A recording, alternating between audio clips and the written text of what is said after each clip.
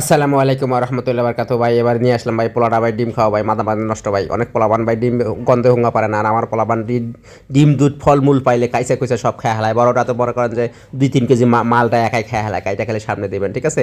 আলহামদুলিল্লাহ ভাই পোলাবানের রুচি দিছে, আমার আল্লাহ রুচি দিছে। কিন্তু অন্য পোলাপান শুনি যে অনেক মুখে মামার মুখে শুনি যে খাইতেছে না হ্যান ত্যান, ঠিক আছে। কিন্তু আমার পোলাপান আল্লাহ রহমতে ভাই যা দিবেন ভাই কাইচা কুইচা সাইজ দিয়ে দেবো ভাই, ঠিক আছে।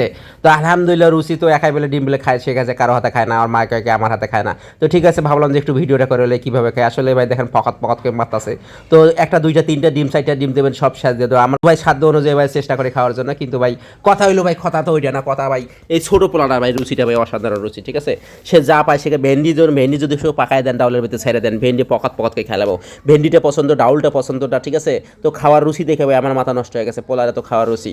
তো আলহামদুলিল্লাহ সে নিজে খাওয়ার চেষ্টা করে, সব কিছুই ভাই নিজে খাওয়ার চেষ্টা করে, আমাদের দেখে আমরা খাই, ঠিক আছে। তো সেও নিজে চেষ্টা করে। তো আলহামদুলিল্লাহ বুদ্ধিটাও ভাই সেই তুখর বুদ্ধি ভাই, তুখর বুদ্ধি। পায়খানা প্রসাব টয়লেটে যা করে, পায়খানা প্রসাবের চাপ আসলে আমাদের বলে দেয়, ঠিক আছে।